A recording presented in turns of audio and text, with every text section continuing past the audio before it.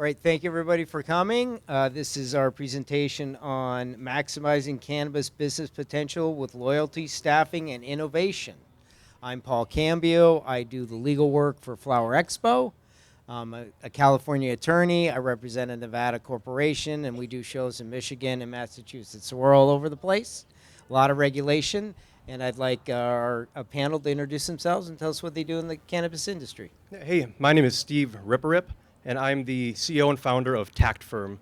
We are a retention agency for dispensaries, and we work with over 30 stores in 5 states. And just in July alone, we were able to add about $261,000 to dispensaries in brand new revenue. I'm Lisa Williams. I am founder and CEO of the TOKE agency, and we help cannabis dispensaries increase their bottom line and their profit margin without relying on discounts, so heavily on discounts. And we are also certified with Alpine IQ and Spring Big, so we utilize your loyalty program to create that overall brand experience. Hello, my name is John Paul. I am the founder of Hemptemps. We are a staffing agency for the industry, and we have an application that we're showcasing here at Michigan because we're expanding into the Michigan market. And we've been around for 11 years. We've trained and placed over 20,000 people in the industry. We have an education platform built into our application. It's called Hemptemps University. On the temp side, on the employee side, employees can enjoy 23 free compliance courses that if they don't have a foundation in the cannabis or marijuana industry, they can go and get that and have an understanding before we start placing them. They also have to take a 1-hour WPS training course, which is also free. That is Department of the EPA, Department of Agriculture, OSHA came together to make safety for all agricultural workers. So it teaches people how to be around products that have exposure to pesticides. So anybody on the employee side have to take all those courses before they go out and grab jobs through our platform. It's very similar to other gig economy platforms where once you're in, you can grab those jobs. They also have to go through a background check. So we have a badging system. They have to pass a pretty robust background check system. So it's good for both sides to have all these upfront processes to come in. And then on the customer side, they can come in very similar to like a Lyft or an Uber, go on, post the jobs, how many people they need. Say they have big spikes in labor needs, whether it's a big dispensary event, packaging, harvesting, labeling, you name it. The manufacturing side is a big part of our business. They can go on there, put those jobs up. They will get grabbed by the qualified employees, and they'll be able to service that big spike in labor through our application. So we're really excited to be working in the Michigan market. We're really happy to be here at the Flower Expo. And yeah, that's us. I just had a real quick follow-up for you. Do you staff in all areas of the cannabis industry or just the retail side? No, that's a great question. So we primarily focus on what you would probably call entry-level roles. So trimmers, bud tenders, harvesters. On the extraction side, not necessarily the extractor themselves, but an extractor assistant, somebody that's gramming out or like helping in that process, you know. So typically anything up to helping in the manufacturing process. On the grow side, a lot of grower assistants, not necessarily head grower, but grower assistants, help around. A big part of what we do is there's opportunity costs in this industry, especially when you're changing out rooms. So there's about 3 major, before you change out a room, there's about 3 major events where you're de-leafing or doing work around the room that have big spikes in labor. And then the biggest one is obviously at the end when you harvest, changing out those rooms. That's a lot of work. So you could have maybe 2 people run that room for 5 days, cleaning it up and getting it work, or you can get 10 people in there and get that room switched out within 24 hours. And as anybody who's an experienced cultivator, producing for multi-stores and supply chain, that's a big deal. Those 5 days make a huge difference in opportunity costs. So, Excellent. You can hang on to the mic. Okay. So what are some of the biggest mistakes you see in the cannabis employers and trying to retain clients and staff? So I would say this goes for all industry really, but it's really taking the time, and this is for all roles, right? Upper management, doesn't matter what the role is. Taking the time to really think out the role and write out the scope of work and the responsibilities of that job.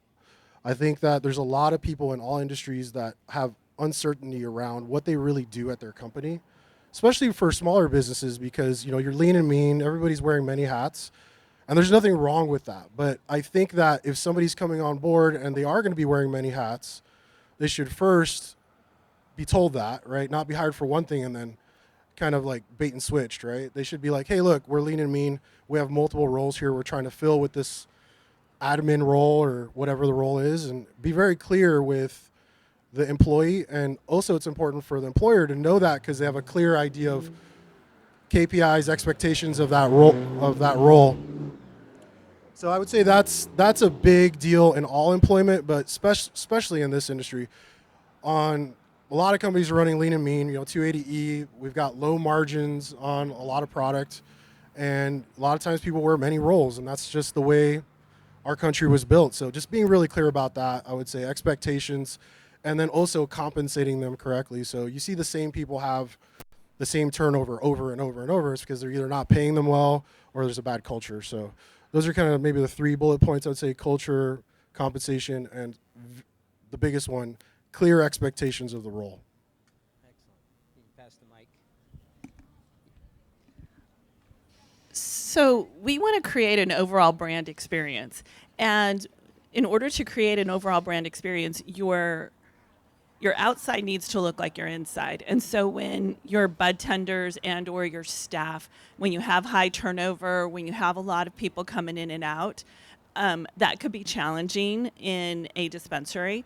But what you really need is your bud tenders and the people who are on the front lines to be trained effectively and efficiently to make sure that they're getting everybody signed up for a loyalty program, to get them to follow you on social media, to create that overall brand experience, so that when we deploy an email or a text, or you drop a new product or a new deal or something like that, they are getting all that information. But if the bud tenders or the frontline staff is not encouraging the customers to sign up for that loyalty program and to get those texts and emails, then you're not able to communicate, and you're not able to read the data, you're not able to communicate, you're not able to know who your customers are and understand their buyer behavior.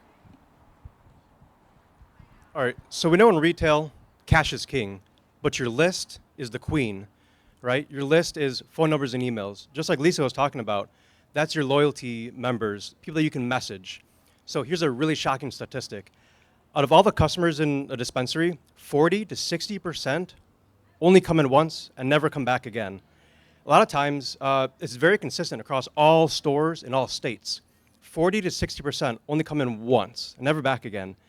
Over 80% of those first-time shoppers, they leave without giving you an email.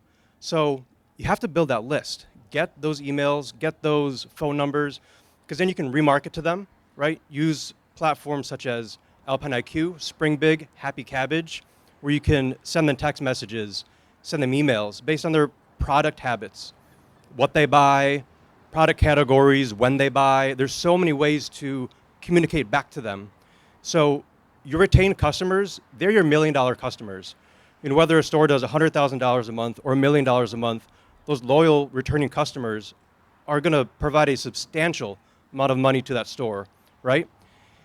And it makes all the difference between stores that spiral lower and lower every month to the stores that thrive month after month. Build a list, and then you can monetize and find ways to extract way more revenue from them. So with all this said, right, building the list is important, getting them to sign up. And there's at least 5 touch points at the dispensary where you can get them to sign up at. So when they walk in at reception, the receptionist should be asking them, hey, welcome, are you signed up for our loyalty program? Or are you signed up, opted in for messaging? They can also verify that on the systems in the POS or the CRM. If there's a big wait You can have a poster up in the waiting room as well with a QR code. It explains the benefits of joining the loyalty program, why you want to be opted in. Other touch points are when a bud tender gets paired with that customer, they can tell them about the benefits of being opted in again, ask them if they're opted in, if they're a loyalty member. When they're checking them out, they could say, hey, if you were signed up, you would get information on these deals that you were a part of, new product drops, educational content. And then as they leave, if they're still not signed up, drop a card in their to-go bag with a QR code that explains the benefits again. So when they go home, open up that bag, and they're consuming, they can see that. So their entire experience within the store, you should be trying to, as hard as possible, to get that phone number or email. A lot of times you might have to incentivize them, give them $5 off, $10 off, because that is a small price to pay for them to come back again and to retain them. Very small price to pay. So build that list. Again, the list is the queen. Excellent. How important is the employee in implementing that process? Yeah, so one of our stores that we were working with in Ann Arbor, Michigan, actually. So they were doing about 10 to 15 signups a week. That's not very many. And then what we did is we told them about these touch points. We created materials that they could have in store, poster, something on the TV screen, little flyers at the POS, to-go cards. We trained the bud tenders on the talking points of joining the loyalty program. They went from 10 to 15 a week to 70 to 90 a week. That's a huge impact now to their list. After a couple months, they now have hundreds and hundreds of more customers that we can now retarget and remessage. Again, that 40 to 60% that come in and shop once, you have no possible way to bring them back in unless you capture their email. To echo what Steve just said, we help our customers create all of those touch points, whether it's a QR code, whether it is getting on a Zoom call with the managers to understand what needs to be reiterated to the bud tenders, and creating material, whether it's a poster or posting on social media and getting them to follow you on social. And you could use the loyalty program and your social media program as a two-pronged approach. So you get your bud tenders and all the touch points that Steve just mentioned to get your customers to sign up to your loyalty. So you capture their text and their email information, their phone number and their email information. And then you could also send out messages to say, hey, you earn loyalty points by following us on social media. And or on social media, you could highlight your loyalty program. So you could use that two-prong approach to kind of cycle your message wherever your customers are sitting and wherever they are, whatever touch point they are, whether it's walking in the store, whether they're already on your loyalty program, or if it's in social media. Yeah, and I think you touched on it a little bit earlier about paying the employees enough, the culture there, but employee retention. Can you give people more advice on that? And do these employees need to be sophisticated to be able to pick up this stuff, or can a basic entry-level employee kind of grasp it? So you're asking about employee retention at the entry level position? Where in the cannabis industry? I mean, yeah, it's all those same things, right? It's like the culture. It's one personality isn't necessarily going to fit in every single location. You go to all these different dispensaries and grows, and the culture is completely different. They might look the same, but they're not. There's very different cultures, from everything down to like where they go eat lunch, how they eat lunch. Do they eat it inside? Do they go out for lunch? What do they do together? Do they like to go do sports? Do they like to go watch, listening to music in a grow room? You'd be surprised how that can change the culture quick. Like what type of, you're listening to the same music all day. If you can't take that music, like that's who's in charge of that radio. Little things like that. I mean, it's silly, but the culture is a big deal, and it doesn't mean it's a bad culture always.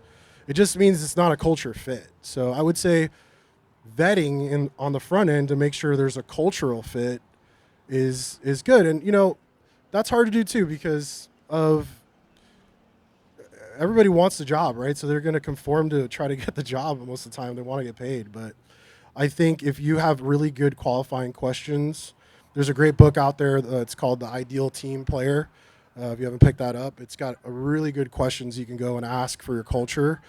And it almost puts an inevitable way for a person to fire themselves from the interview for your cultural beliefs and whether they're really a team player, because that's what we're talking about, right? Building teams, and not everybody is meant to be on a team. And unfortunately, in cannabis, specifically on the horticulture side, there's a lot of people in power that are really good with plants that aren't great with people. And knowing that within your organization is great, because, hey, stick this person with plants, but don't make them also in charge of running people. Those are two different roles, right?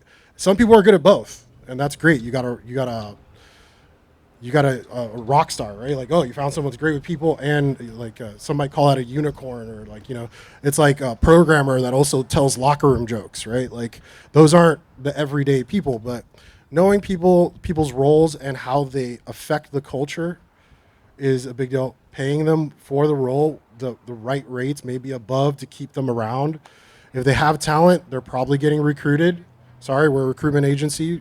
We do look for talent as well. But does that answer the question, or you want to elaborate a little more on that? Absolutely. Okay. And how important is retention of employees to a cannabis business? Is it I would say, everything? yeah. I mean, I would say it really depends on the role, right? If it's a very important role to the dispensary, the extraction lab, the facility, the manufacturing, the outdoor, and they're a pivotal part of the organization, retention is a major deal. And you better be paying attention to those people, because the cost to replace those people is a lot higher than you think. So take the time and think, okay, have we sat down? Have we talked about the roles? Have we talked about their performance?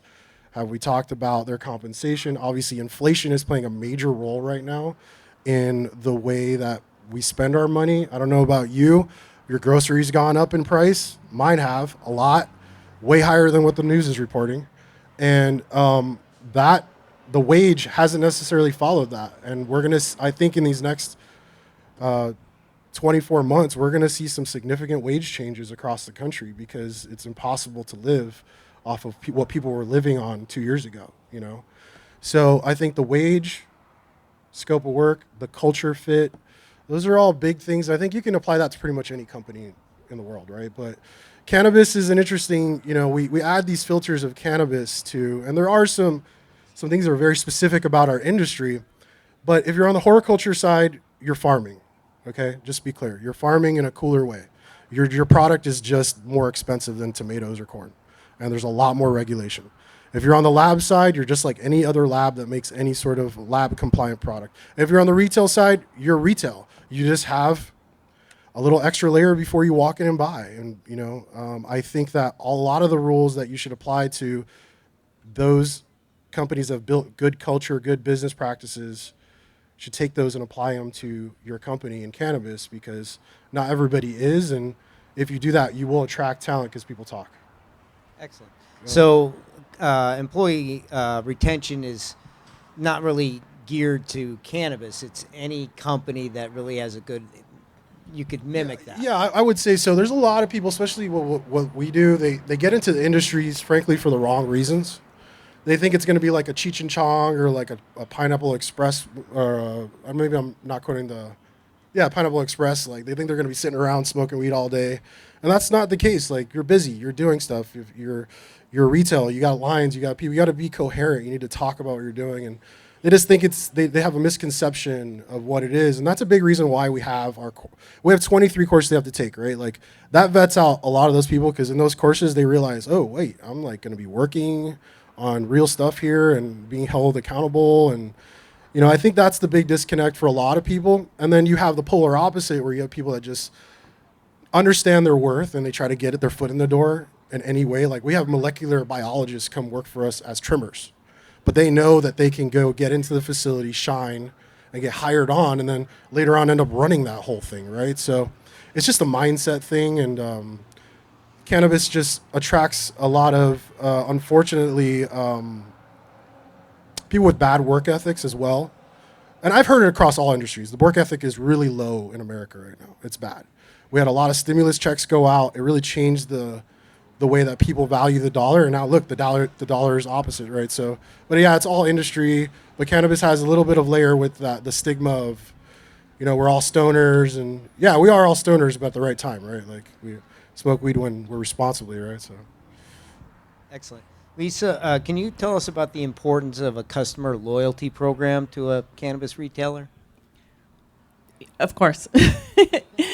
um, we want to create a brand experience, and in order to create a brand experience, every touch point that your customer comes in contact with your brand says something about your brand. So whether it's your website, whether it's social media, whether it's signing up for your loyalty program, whether it's walking into your store and experiencing what it feels like to walk into your dispensary, you're creating a brand experience. And in order to keep your customers coming back time after time after time, they have to feel like they belong to what you're selling them. They belong to your culture. They belong to whatever that dispensary looks like, feels like, speaks like, sounds like. They have to feel like they belong. I'm going to use myself as an example. I am an Apple girl. I have a Mac. I have an iPhone. I use Apple products. I'm bought and sold into the culture, right? They've captured me. And it's really hard for me to change to go to another system because it's all integrated and it's all intertwined, and I don't want to learn something else. And that's kind of how you treat your customers. You want them to come time after time after time so that the discounts down the street and the pricing down the street doesn't capture them. It doesn't do enough to get them to come in to your store, to your dispensary. And when you're hitting them with loyalty, you're segmenting them based on their buyer behavior, based on what they shop for, what they buy, what they purchase, and you're using those metrics to say, hey, I see that you really like this flower, and you could do some suggestive selling and offer them other options that are similar to that particular type of flower. Or you could say, we haven't seen you in 30 days. Here's a coupon for a discount to come back and see us. Or tell a friend and you get bonus points. Or follow us on social and you get bonus points. And you're just creating that ever-ending loop of them coming back. And once they start creating those bonus points, and they could only use it at your store, at your dispensary, so then you've captured them, and hopefully they're going to be a long-term customer, and they're going to be brand advocates for you, where they're going to start spreading the word and telling their friends and family. All right, if you work at a dispensary or if you own one or you're a marketer there, listen up. You might want to write this down. I'm going to give you the exact steps and systems that we use to create a retention engine that creates those $1 million customers like I was mentioning earlier. So the first thing we do is we dive into the data. You have to look at the key retention metrics. For example, some of those are what's your opt-in rate, like I was talking about earlier, what's your retention rate, repurchase rate, how many customers you have lost, and what's the potential for recovery. And then you just dive in and look for the opportunities where you can bring in the most revenue. The second thing we do is we start to recover those lost customers. So we target people that have not been in the store for over 60 days. Another shocking statistic, about 30 to 50% of your email list are people that have not been in the store in over 60 days. Huge. And so we get them to come in. One of our stores here in Michigan, just in the last 2 months, we recovered over $96,000 for them in brand new revenue. Again, there's big power in that. The third thing we do is we engage with that list through, again, those platforms like Alpine IQ, Spring Big, Happy Cabbage, like Lisa was talking about. Give them recommendations on products, send them messages based on how they purchase, what they purchase, and when they purchase. There's thousands of ways to segment your audience, but you have to look through the data and figure out what's going to be the best way where we can contact them and get the most revenue out of this. And then the fourth and final thing we do is we get first-time customers to return. Again, that 40 to 60% that haven't been in your store more than once, there's ways that we can get them to come back. And we want to hit at least 5 times. We have a loyalty metric, and we call them, this is our loyal customers. It's our loyalty rate. We look at customers that have shopped over 5 times in the last 6 months and have shopped in the last 30 days. And we look at that and say, okay, this is the best base of loyal customers that we can figure out. And then we can look at that and say, how many more customers do we need to bring in on top of that? That's your almost like for SaaS models, monthly recurring revenue. You have a predictable amount coming in every month, and you try to build on top of that. Well, we've built a model to figure out what is your basically monthly recurring revenue from loyal customers that are shopping very regularly, that have a pattern of shopping regularly. For example, a store that might do $400,000 a month in revenue, we found that to be around $150,000 to $200,000. That means you have that much of reliable revenue coming in. Everything on top of that is a gamble. Where do they come from? They come from your social media, your advertisements, your presence in community events, sponsorships. There's a lot of ways, and they need to be tracked as well. So all that put together is how you create a retention engine that just grows and compounds over time. For example, some other really interesting statistics, customers that we won back in March. For one of our stores, they won back around 100 customers, and they spent around, 100 customers, $10,000, so about $100 each. Well, what happens when you give them 30 more days, 60 more days, 90, 120 days? We just got the data this past week for 150 days after we won them back. 76% of them have come in more than once, and they spent about $36,000. So that's 3.5 times more than what they initially did in the beginning. So again, it's a compounding snowball effect. You do that every month for 6 months to a year. You've now added a considerable amount of revenue to the store, brand new revenue that didn't exist. And this system that I just talked about, that's what we did. So in the past 4 months since April, 4 months, we've recovered over 5,000 customers, actually almost 6,000, who spent about $631,000 in brand new revenue for these stores. Again, super powerful. It's a place that no one is looking at for retention. Everyone's looking at trying to gain new customers, which is insanely expensive. You do the math on that. Say you do Weed Maps ads every month, $220,000 you spend on that. I don't know how many customers it gets you, 100, 200 customers? Say 100. Say 200 customers, they spend $100. Okay, if we know that 60% of them might not shop there again, and you have even Keystone 50% margins, the $20,000 that you brought back in, you spent to make, well, 50% of that goes to margin, your cost, so you just lost $10,000, and then 60% of those people aren't going to come back again, and so you bring that down. You just paid $20,000 to lose, really it's like 30 some $1,000. That's when stores, they realize they're on a decline, they're losing money. They have debts to pay back, they have payroll to make, overhead, and they're constantly losing money, and they don't know why. It's because they're not looking at their customer acquisition cost, and they're not looking at retaining and recovering their lost customers. So if you want to make the biggest revenue impact in these stores, that's where it's at. Excellent. Do you have any suggestions on ways retailers can streamline their businesses to change to the new conditions and kind of a race to the bottom of the price of cannabis? Yeah, and like I was just talking about, these metrics, these marketing metrics, they're critical to any business, whether you're in cannabis or not, retail or wholesale or B2B. It's what do you pay to acquire a customer? What is that customer worth over the long term? That's customer acquisition cost, CAC, and then their value over the long time. It's their lifetime value, LTV. What is that ratio, LTV to CAC? If it's positive, that means you put in $1 and you got $2 back. Great. But we know with margins, if you got $2 back, you're basically breaking even. And if we look at even further expenses, you're losing money. So it has to be far in excess. So if you put $1 in to your marketing advertising system, you need to get at least $5 back, at least, right? Depending on where the rest of your numbers are at. And then take into the account that those customers are going to end up leaving because you're not retaining them. So if we're able to retain them, then we have our cost to reacquire or cost to recover those customers, and that increases their value over time. We just did a study with some of our stores, and just in a 30-day or 60-day time period, it was a 6.7 to 1 LTV to cost to reacquire them. That means if they spent $10 to win them back, those customers spent about $67, which you're positive on that. You're taking the margins account, but then you, again, take that over a long period of time, 6 months, 3 months, a year, that number goes higher and higher and higher. And so you're really getting some good value out of that. Again, a lot of these stores are not looking at these very simple but key metrics: cost to acquire a customer, lifetime value, then cost to retain or cost to recover them. And that's it.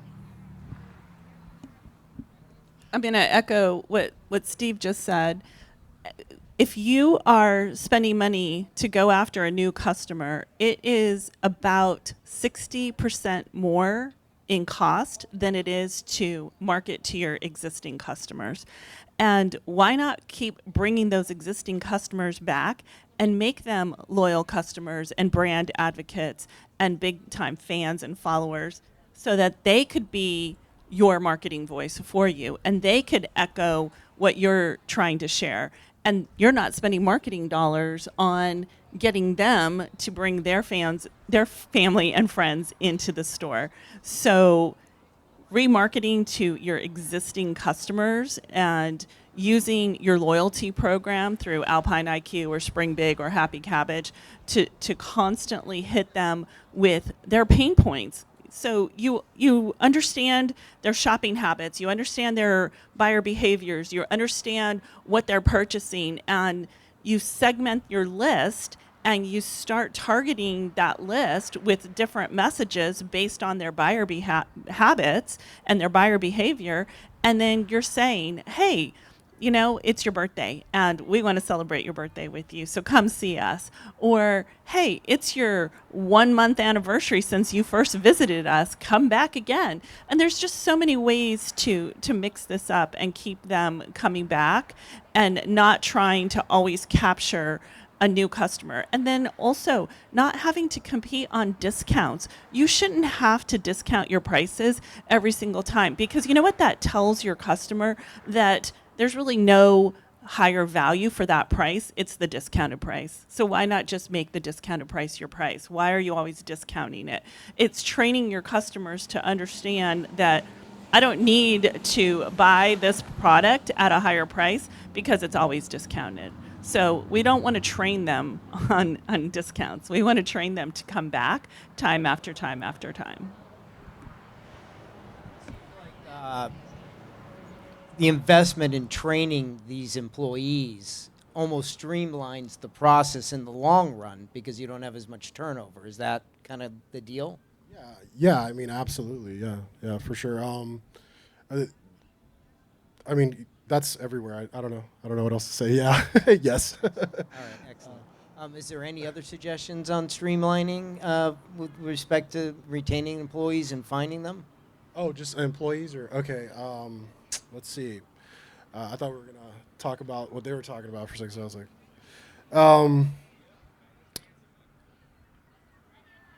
I don't know. Have more conversations with your employees. Slow it down a little bit. Take a second. Take a breather. It seems like if you train them well, there's going to be less turnover. Well, for the employer. Yeah, it's just different roles, right? So we've been talking. It's this panel's a little partition with more retail, and we really deal with a lot of back of the house. So it's interesting to hear the different point of views because there's a lot of expertise on here that I'm absorbing, right? So I would say for front of house, hire them like for the last question. For this question, for sales, right? Really, bud tenders are somewhat of salespeople, right? Would everybody agree with that? So if you're a medical salesperson, the best way to sell is through qualified sales. So I'll talk about maybe training along the lines of bud tending, and I think that we can talk a little more about that. I don't think there's enough training on. There's all this effort on the manufacturing and marketing and B2B sales side to create this packaging in it, but there's not enough to teach the employees what's behind that product, what was special about that product, right? Because although after they leave, we have all these great data points that we can get them back in there, but if their experience there wasn't good, none of that matters. Okay, so that's where the training really comes into play. And a lot of people aren't salespeople. They just don't have sales backgrounds. They're nice, and they want to help the customer, but I can't tell you how many dispensaries I've been in where I kind of wanted to be upsold. I wanted to know about what else was new, and they just kind of like quickly burned through me to get out the door. So training's a big deal in that aspect, training them how to upsell respectfully, not over the top, not like pushing it down the customer's throat, right? Like respectfully qualifying the customer if it's medical or retail, and getting to know the customer a little bit more about what they like, whether it's terpene profile, it's price, a color, a memory, something. There's always some sort of story behind somebody's favorite thing to consume, right?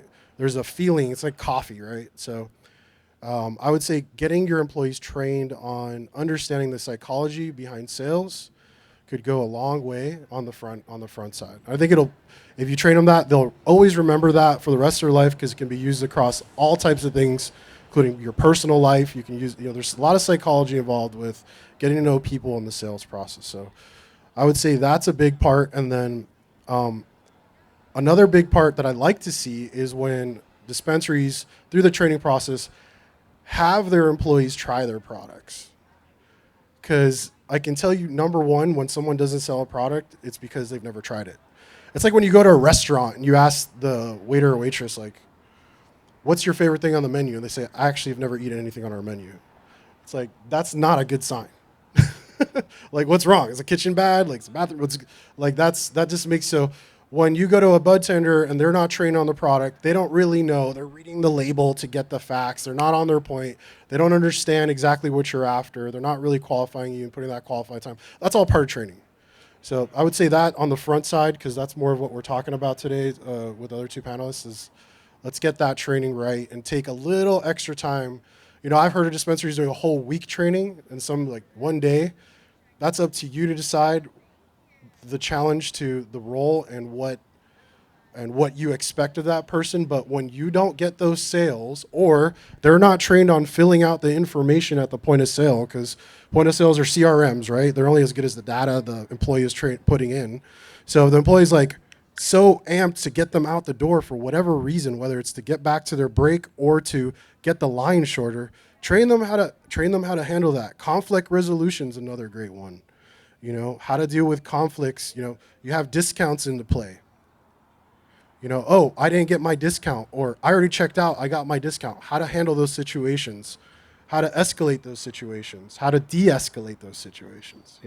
That's the training that we're talking about, and that's my best answer for that. Sorry. Excellent. We have just about 5 minutes left, and I generally like to ask the panel if they were 15 years old, did they ever think they'd be making money in the cannabis industry? I'm not 15, but 17, yes. I had already grown my own plants. But legally in the cannabis industry? Yeah. I actually grew in my house, and my parents allowed me to grow weed in my closet. And they told me, we're going to let you grow weed in your closet, but it's only because you're learning science, right? But if they come to our door and knock on the door, we're not going to know anything about it, okay? And I'm like, all right, cool. So, but they they pretty much always tell me it never amount to anything. And I was like the nerd that read every hydroponic magazine, read every Ed Rosenthal, followed Mark Emery, ordered seeds from Canada. I love cannabis. And I think for us specifically, we're founded by real industry growers, OGs. We have a construction side. We've built 600 facilities. Test us on that stuff, man. We know the plant. We know the industry. We're like that mix, right? From black market to corporate. When I walk in a room, my staff usually say, oh, everybody be quiet. Corporate came in, right? But we come from both sides. We're HR, so we have to be very specific with our words, right? But yeah, I mean, absolutely. I was that kid that I knew for sure I was going to be in cannabis for life. I have a little bit of a story, and we don't have enough time for me to tell it, but I'll give you a quick highlight. So I grew up in the 80s, war on drugs, and my boyfriend at the time when I was in college, I lived in a border town, and he moved pounds across the border. And in order for me to make money as a poor, starving college student, I would help him distribute those pounds, and I'd get on he'd buy a ticket, I'd get on an airplane, he'd check the bags, I'd get off the airplane, grab the bags, and meet him in a rental car. And did that for several times to make some money to pay for college. So if I look back at, I know, right? Pushing pounds. I guess we could call myself a legacy operator, even though I don't operate right now. So fast forward to today, and that fact that I'm in the cannabis industry, marketing for the cannabis industry legally, it blows my mind. Really, it does. I mean, I love telling that story. There's way more to it, but I love telling that story because it kind of ties into what I do now so perfectly. Never thought I would be working in the legal cannabis industry. I remember like 15 years ago in college, we would buy, I had no idea what it cost. And so we're like, oh, let's get a gram. What does it cost? $20. Sure. Okay. No idea. We get it. I'm like, what are these leaves on here? What are these seeds? Can we grow anything from this? And I think my buddy actually gathered a bunch of seeds and tried to grow from that, but it didn't because he didn't know anything about how to grow. And then, in college, it was just more of like a recreation, understanding just the different effects that it gives you as a college kid. And then later on, when I got a little bit older, more of an adult, young business owner, there was a lot of stress there. I couldn't sleep. Had this insane insomnia, so much things keep me up at night, and I use it for sleep. And that helped out immensely. So I found a functional way to use it.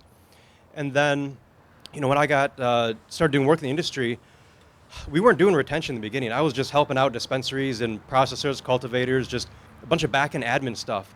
And through the course of just being really curious and discovery, I found different ways to, create a business around it and help these stores. But for each point along the way, never thought that my sole focus would be cannabis. And that's all we do and all I do. And every day I talk with different owners of cannabis dispensaries, different types of operators, and we figure out how to do business better, how to make more money in better ways, ethical ways, right? We don't work with companies that cross the line, and there's been some conflicts in the past where sometimes companies want you to do something, it's against regulation, against compliance, and I'm not okay with doing that. And so the fact that we get to the privilege to work in the legal industry means we should also do our job to keep it going and not hurt it as much. We know a lot of the press going out there, things in Michigan, but also in every state with some of the loose compliance that people are following. And people are doing that because they want to make a buck. And when you have things like pesticides getting into the products or other type of harmful things, you can tell who's in it for money and who's in it for the patient and the end consumer. And so the people that are really taking the effort to make the changes correctly, they have a good heart to do it. And they got into it for the right reason. We like to align with those types of people and help them grow and thrive their business. Excellent. We're out of time. I want to thank our panel for being here. Let's give them all a round of applause. We're very fortunate to have them. Thank you. Well, yeah, sure. One question. All right, thank you for this too. So if I'm trying to reach the return customers, what's a sweet spot of saying, like if I'm gonna send you text blasts or whatever, to not bombard them with it? So it's like how many times a week or a month, or should I do that not to actually turn them off? You know what I'm saying? If you want to keep them coming back. That's a great question. I know Lisa can talk a lot about that too. One of the things we do is we look at how often they purchase, because people purchase at different frequencies. Typically, we found most people, I think it's like 70-80% purchase within every 10 to 30 days. Then it drops off significantly after that. So if you message them too infrequently, then you miss the window of when they want to purchase. And if you're not top of mind, they're going to go somewhere else. So two times a week is good, right? Once a week, not enough. 3 times, you might be pushing it. What you have to do is look at the unsubscribe rates. If you do it twice, pick a baseline, do it twice a week, and then try doing it 3 times a week for a couple weeks and see if that increases your unsubscribes. That's a way to tell if it's too much or not. Also, it depends on the relevancy of your message. If someone loves hearing from you, they might be okay with hearing from you every single day.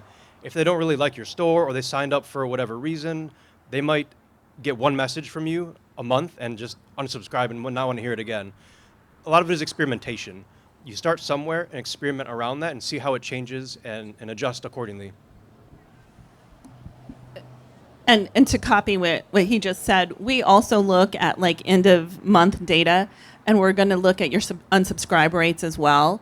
And just recently, we started sending more messages out for one of our clients because they had really good unsubscribe rates and the open rates were starting to increase. So we just felt like we could go from 3 to 4 times a week. I think we always start off 2 to 3 times a week, and we kind of measure from there. We don't want to bombard our customers and overwhelm them, but you want to stay top of mind. And so, how do you find that? It's looking at the metrics, it's looking at your messages also. Like, are you sending boring, like, here's a new product drop, or an offer or a discount, or are you really, sparking up your messages? And we like to, make them fun and exciting and include something that has to do with an experience at the store. There's also other ways that you could do this too. Like, you could co-brand with, like, your dispensary branding with a brand, and you could co-partner and co-market with them. And so that's another opportunity to say, hey, we know you like this brand, you've shopped for this brand before, and we're featuring them this week or this month or whatever. So I think that there's ways to hit them more than just a certain amount of time, like rather than just saying 2 times a week. You could kind of look at the holistic overall metrics and see how that works. Did I answer your question? Nice. Any other questions? All right. Thank you. Thank you, everyone.